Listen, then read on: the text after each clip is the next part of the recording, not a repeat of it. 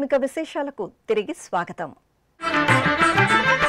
శ్రీకాకుళం జిల్లా పొందూరు మండలం బురిడి కంచరాం గ్రామంలో శ్రీ అభయాంజనేయ స్వామివారి విగ్రహ ప్రతిష్టాపనోత్సవాలు ఘనంగా జరుగుతున్నాయి. ఈ సందర్భంగా గ్రామస్తులు ఎంతో భక్తి శ్రద్ధలతో పవిత్ర కలశజాలాలతో శోభాయాత్రగా ఆలయానికి చేరుకుని స్వామివారికి జలాదివాసం నిర్వహించారు. అలాగే అర్చకులు నూతన విగ్రహాలకు ధాన్యాదివాసం నిర్వహించి శాస్త్రోక్తంగా యాగశాలలో వైదిక కార్యక్రమాలను పూర్తి చేశారు.